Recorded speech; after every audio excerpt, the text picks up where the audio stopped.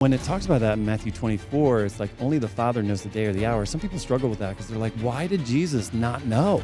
Why did he subordinate himself to the Father and say, well, why can't Jesus know this information in the Father? But it's all nested in bridal language. It's all nested as a groom. And he purposely does not know because he wants to live in relationship with the Father as the Son. And they want it to be a wedding. Can we actually predict the end? And see, you weren't here during our last discussion when we're listening to all these guys that are like pulling the trigger on, this is the end, this is the end. And they were just dead wrong. And of course, there was one of my favorites was Harold Camping. Remember Harold Camping? I have no idea who you're talking about. You don't know Harold Camping? Enlighten me, John. We didn't either, don't worry. Oh, you serious? You've never heard of him? No, you were informing us last You would episode. love this guy. The people would call in all the time and he'd be like, thank you for your question. And he would just like answer and he would give all these answers. And I listened to him for years and I thought he was awesome. And then in 1994, he's like, this is the end. We know it's going to happen. It's going to happen in September.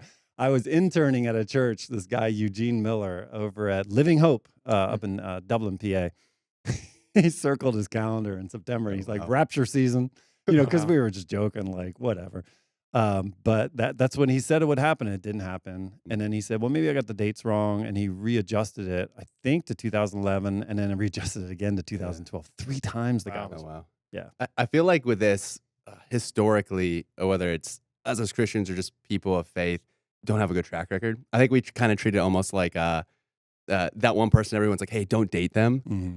And your family's like, don't date them. Like, they're bad news. And your friend's like, don't date them. And you're like, Right. well, I'm different. Like, I can change it, right? Like, I can figure out the end. I think we do that sometimes He's a with this. wounded bird. Yeah, I we're can like- fix him. We like Nicolas Cage, like National Treasure our way through. Like, well, maybe I can Dude. Rubik's Cube my way through this thing and figure it Nice out. reference. That's I one knew of that my one. favorite movies. I got you, bro. Because you know what? Listen, that should be a theme of this particular program because he figures it out with all these clues and stuff like that. That's exactly what people get all amped up about when they read Revelation. They're like, oh, okay. It must be the next clue. Right. I'm trying to do my best Nicolas Nicolas Cage impression. Yeah. But we make that mistake, I feel like. Yeah. And I mean, scripture's pretty clear. I Yeah. mean, we see this in Matthew, we see this in Mark, that Jesus is like, hey, only the Father knows. Yeah. And What is the reference on that? I think It's- I have Matthew 24. Mark Matthew 24. 13. Yep. So you guys know the kind of history on that? It bears, I mean, it's a good story, right? Can I Go tell for the it. story? Yeah, please. You're my timekeeper. You're cut me off. I'm watching. Shut up already. Mark So 13. he's referencing, and then it also comes up again, I think, when he's in John 14. He's like, look, I go to prepare a place for you. And Jesus is talking about, like, there will be a fateful day when he returns for us, but he's going to prepare a place for us. All of this is like wedding language. And so in ancient Israel, the people, the parties would come together, and it was usually arranged, but the arrangement could involve people that actually liked each other and knew each other. Maybe were like good friends. But the families would come together. They would sign a ketuvah, which is like a contract, like a marriage contract. They would like exchange a couple cups of wine, and they would like the priest would bless the union so that now they were engaged. They were betrothed, but it wasn't like married. They were engaged, and then the husband or the man would go off, the fiance would go off to his house, and he would build onto his house. It was the marriage chamber, the bridal chamber, where he would actually live. And so they would build on to the father's house. And then the woman would go and she would learn how to cook, clean, and sew. And, I always say, like, that's how it ought to be. It's just the way it was. But she would learn like matronly type of things. But they would separate for about a year. And then the man would work on this chuppah, like the bridal chamber, this thing that was connected to the father's house.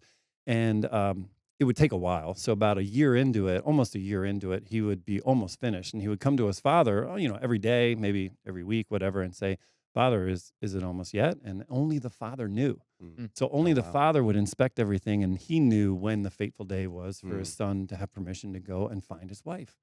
So when it talks about that in Matthew 24, it's like only the Father knows the day or the hour. Some people struggle with that because they're like, why did Jesus not know?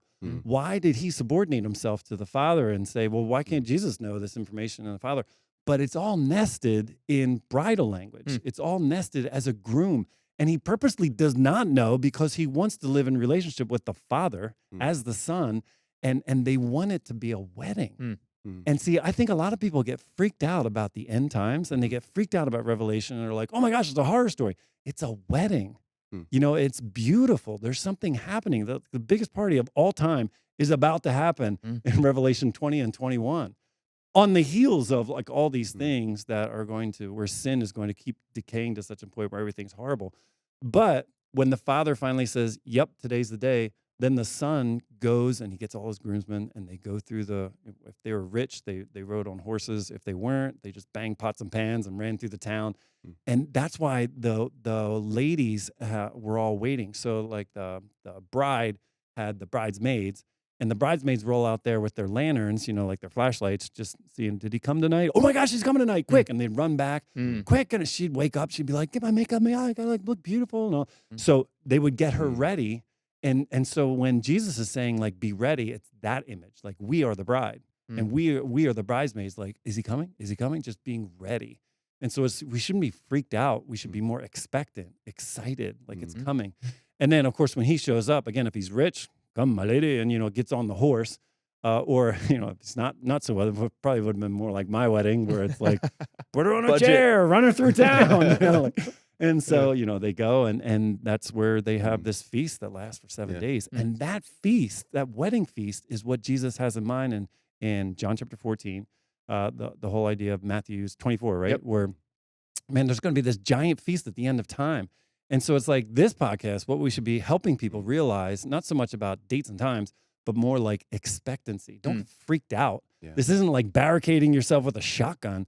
This is more like, no. We want to make sure we get this message out to other people that there's a huge wedding happening at the end of all this, that God and man, it would be like a bride and a groom, coming together. Yeah, that's great. And so it almost seems like we're saving everyone time by saying, hey, don't look for a date. Yeah. Don't look for a moment. What we're trying to draw out of Scripture is just be ready. Yeah, but it's too cool. It's too much fun to be like, but what are the... What if I knew? Pencils ready. Yeah, but there is a flip side of that too, where it's like, I think we tend to gravitate towards one or the other, where it's like, oh, you're the Nicolas Cage, you're trying to figure it out. Or you're like, I would probably be more in this camp where it's like, oh, I've read the end and I'm good, and so I don't need to pay attention to it. And that's wrong too. It's like, there's another message he's trying to get across in an urgency, and like you said, kind of that hopeful view of looking at it. Like, how can I live with expectancy? And I can't do that if I'm just checking out and like I know how it ends. So Matt Parks, he's one of our communicators, right? And he's the campus pastor up at West Shore. And when we were doing a series with young adults, we were producing our own material on the Book of Revelation, and so we were like, cool, let's get into this. And so I asked Matt to do one of the weeks, and he was like, nope.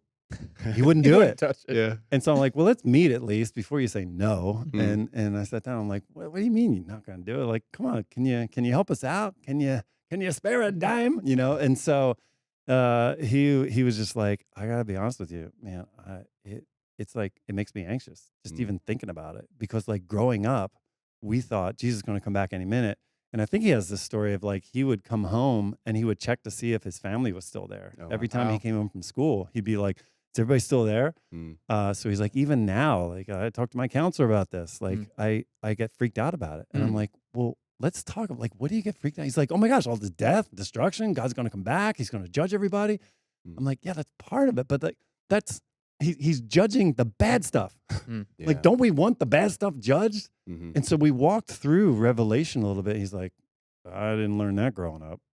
And so it was sad to me, because I mean, maybe in some ways I was insulated because I didn't grow up in the church. And maybe if I had grown up in the church, I'd be freaked out about it. But because I didn't grow up in the church, all I heard was Harold Camping tell me about rapture season, September, like it's coming. So I think that's pretty real important. Yeah, it's real important what you're saying here, is because someone listening right now is probably in that camp of feeling just anxious about it, fearful about it. Yeah. And so are you saying that Scripture telling us all of this, what should we feel? I mean, you mentioned a celebration, a wedding, maybe there's no different way to say it, but like as we're reading this, how should we feel? What should we be pulling out of this? And is it meant to be encouraging, or is it meant to be, hey, spook you a little bit, to feel the urgency? Like, is that part of it? I think whenever you ask that question of any book or any writing from the Old New Testament, you can speak into this too, but you got to consider, like, what was the original intent?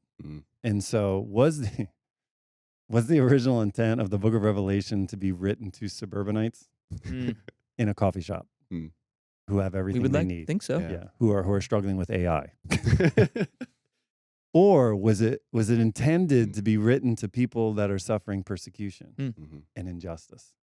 And when you frame it like that, it's like, okay, so imagine we lived in a version of America where we can't practice our faith. And if we do, we get in trouble for it, or that we got to keep it on the down low and we got to worship in quiet. And people we know have been abused or maybe even killed for their faith.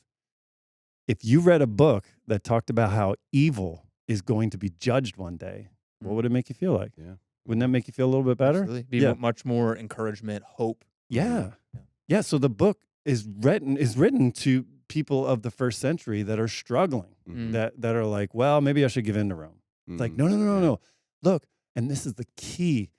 The centerpiece of Revelation 10, 12, 18, 19, 20 is that Jesus comes as the victor, Mhm. and he's a lamb. Yeah. And he comes with his own blood upon him. Mhm. You know what I mean? Like he won by sacrificing himself. He won by dying. And so it's the encouragement to the martyrs. And martyr in Greek means like witness. And those witnesses got killed.